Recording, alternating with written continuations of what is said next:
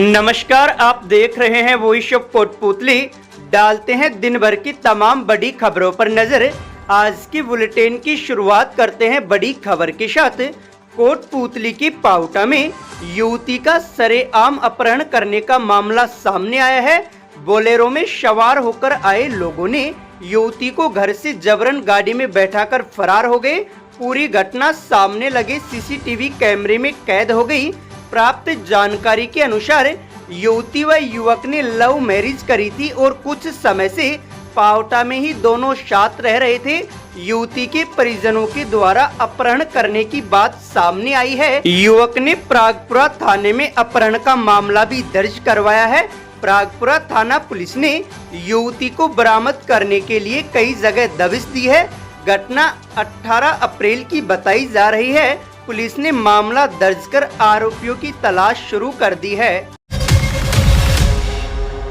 मुंडावर विधायक ललित यादव, पूर्व उद्योग मंत्री शकुंतला रावत व प्रधान सुमन सुभाष यादव आज बानसूर उपखंड क्षेत्र के ग्राम ऊंचपुर पहुंचे, जहां उन्होंने नवनिर्मित उप स्वास्थ्य केंद्र के उद्घाटन समारोह में शिरकत की। लेकिन प्रशासन की दखल व विभागीय मंजूरी नहीं होने के चलते उद्घाटन नहीं हो सका। इससे पूर्व ग्रामीणों ने सापा व माला पहनाकर एवं जुलूस निकालकर उनका भव्य स्वागत किया। मुंडावर विधायक ललित यादव ने बीड़ा के माध्यम से ऊंचपुर गांव में शमशान भूमि तक के रास्ते पर सड़क निर्माण की घोषणा करते हुए कहा कि पूर्ववर्ती गहलोत सरकार ने आम जनता को राहत प्रदान करने वाली जन कल्याणकारी योजनाएं प्रदेश में चलाई थी, जिन्हें वर्तमान भाजपा सरकार बंद करने का काम कर रही है।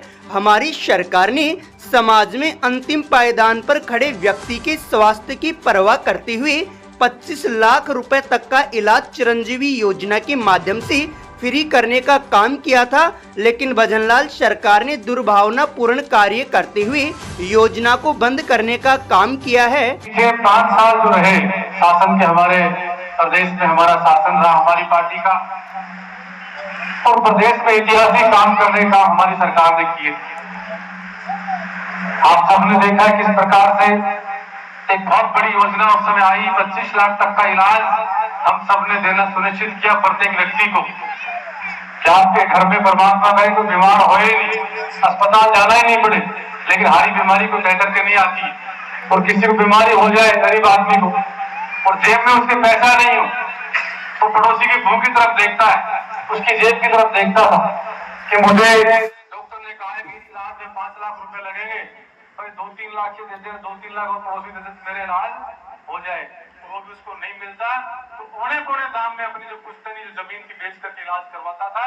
ऐसी बहुत महत्वपूर्ण योजना हमारी सरकार लेकर के आई थी, जिससे प्रत्येक व्यक्ति को इलाज मिलने का काम हुआ। आज उस योजना को बंद करने का काम करते। तो वहीं पूर्व मंत्री शकुंतला रावत ने कहा कि जितने विकास कार्य पिछले 70 सालों में नहीं हुए थे, उतने विकास कार्य मैंने पिछले 5 साल में बानसूर विधानसभा क्षेत्र में करवाए हैं। उन्होंने कहा कि मुझे पत्थर पर नाम लिखवाने का शौक नहीं है, बल्कि मुझे काम करके लोगों के दिल में जगह बनाने का शौक है। जनता को पता है कि यह उप स्वास्थ्य केंद्र मेरे ही समय में स्वीकृत हुआ था। मुझे कोई फर्क नहीं पड़ता कि इसमें पत्थर पर किसका नाम लिखा जाएगा। इस दौरान प्रधान सुमन सुभाष यादव ने गांव के विकास कार्यों के लिए 10 लाख रुपए की घोषणा की।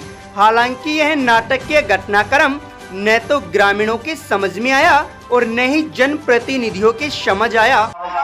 प्रोग्राम क्या है, कैसे है, या तो थाने ज्यादा जानकारी मैंने फिर भी कम से देख साची बात करा करूं बैठे थे। अरे मैं की गाँव में कहा कि नेतागिरी करो जो 2-2 बांटा मुँह एमएलए नहीं बुलाता, 4 बांटा लगवा ले, मान तो कौन जरूर बांटा लगा बाकी भाई मान तो कौन कराओ, क्योंकि मैं तो मेरो से डीओडी मेरी है। बानसूर अस्पताल में आईसीयू वार्ड बनाया, बानसूर अस्पताल में ऑक्सीजन प्लांट लगाया, पाइप नलियां बिछवाई, साइलेंट जनरेटर दिया, एक्सरे मशीन दी, सारे सीएससी में सभी में दिए। मैंने एक्सरे मशीन में का ये दुख पाए बाहर जाए से एक्सरे कराने की खातर, तो मेरे को क्या पत्थर लगाने की जरूरत है? मेरा शौक भी नहीं है, मेरा शौक नहीं कि पत्थरों पर नाम लिखे। मेरा शौक नहीं है कि पत्थरों पे मेरा नाम लिखे। मेरा शौक था कर्म करना और काम करना, शिक्षा और स्वास्थ्य की बिल्डिंगें खड़ी करना। शौक था कच्चे रास्तों को पक्का करना। मेरा शौक था हर घर के आंसू पोंछना, खुशियां देना।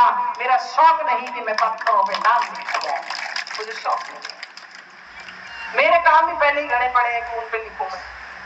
तो मैंने सोचना है जेने चाहो जेने बुलाओ, जेने स्वागत करो। मैंने बेरो से मैं ही दियो सो, तो मैंने बेरो से और जनता ने सबकी जाने से वह कहने जानो तो सब कुछ हो, पर बोलो को ना बात वाई जे घर की घर में ही जे माने शौक को ना।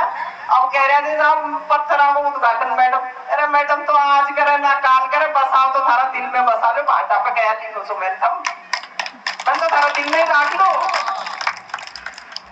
तो मैं तो कोने शौक उद्घाटन कर पाऊँ, और मेरे भाई ने भी कोने एको तो नंबर ही कोने आरो काम आपको उद्घाटन करने को भी। गौरतलब है कि महनपुर ग्राम पंचायत के राजसव ग्राम ऊंचपुर में नवनिर्मित उप स्वास्थ्य केंद्र का उद्घाटन समारोह 15 अप्रैल को केंद्रीय मंत्री भूपेंद्र सिंह यादव, सांसद राव राजेंद्र सिंह, विधायक देवी सिंह शेखावत, प्रधान सुमन सुभाष यादव, पंचायत समिति सदस्य पांची देवी व स्थानीय सरपंच दया देवी की मौजूदगी में होना था, लेकिन कार्यक्रम अचानक स्थगित हो गया, जिसके बाद ग्रामीणों ने सोमवार को यह कार्यक्रम आयोजित किया, लेकिन अतिथियों द्वारा न तो उद्घाटन पट्टिका का अनावरण किया गया और न ही वे उप स्वास्थ्य केंद्र के भवन के अंदर गए।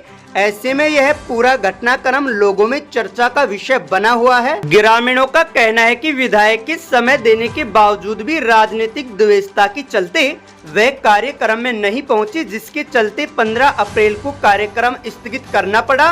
तो वहीं कुछ ग्रामीणों का कहना है कि आयोजकों की जल्दबाजी के चलते विभागीय मंजूरी न होने के कारण कार्यक्रम को स्थगित करना पड़ा। हालांकि कार्यक्रम से ग्राम पंचायत सरपंच दया देवी समेत अन्य अधिकारियों ने दूरी बनाए रखी।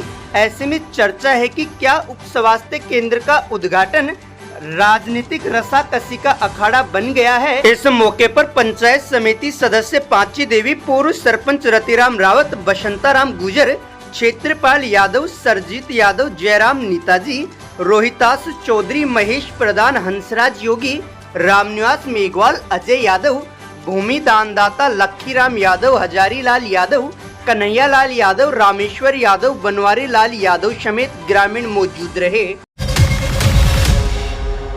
बानसूर कस्बे में पानी की टंकियों की सफाई नहीं करने और आनन फानन में सफाई की तारीख डालकर खाना पूर्ति कर आगामी सफाई की दिनांक डालने का मामला सामने आया है। स्थानीय लोगों ने ठेकेदार पर मनमर्जी के गंभीर आरोप लगाए हैं। आज मुझे पता चला कि किले के पास टंकी है जिस पर पानी की सफाई का केवल एक लीपा पोती का काम किया गया है। जलदाय विभाग की बहुत बड़ी लापरवाही सामने आई है। ठेकेदारों द्वारा ना तो किसी प्रकार की टंकी में कोई सफाई की गई है और ना ही किसी प्रकार का कोई कार्य किया गया है। केवल आकर एक लीपा पोती कर दी गई है। टंकी की सफाई 20/4/2025, आगामी सफाई 20/10/2025। जलदाय विभाग का एक नियम है जिसके अंतर्गत हर 6 महीने में पानी की टंकी की सफाई की जाती है, लेकिन ठेकेदारों और जलदाय विभाग के कर्मचारियों की मिली भगत के द्वारा केवल एक प्रोपोगेंडा रचा गया है। आकर बिना किसी सफाई के लीपा पोती कर दी जाती है और किसी प्रकार कोई सफाई नहीं होती। जनता के स्वास्थ्य के साथ जलदाय विभाग द्वारा बहुत बड़ा खिलवाड़ किया जा रहा है। अभी थोड़ी देर पहले ही बगीची में इसी प्रकार एक टंकी पर लीपा पोती का काम जारी था, तो वहां के लोगों द्वारा उनको पकड़ लिया गया और उसके बाद उन्होंने वापस उस पे पुताई कर दी गई, डेट साफ कर दी गई। इस प्रकार की लापरवाही और जलदाय विभाग के अधिकारियों की भगत सामने आई है।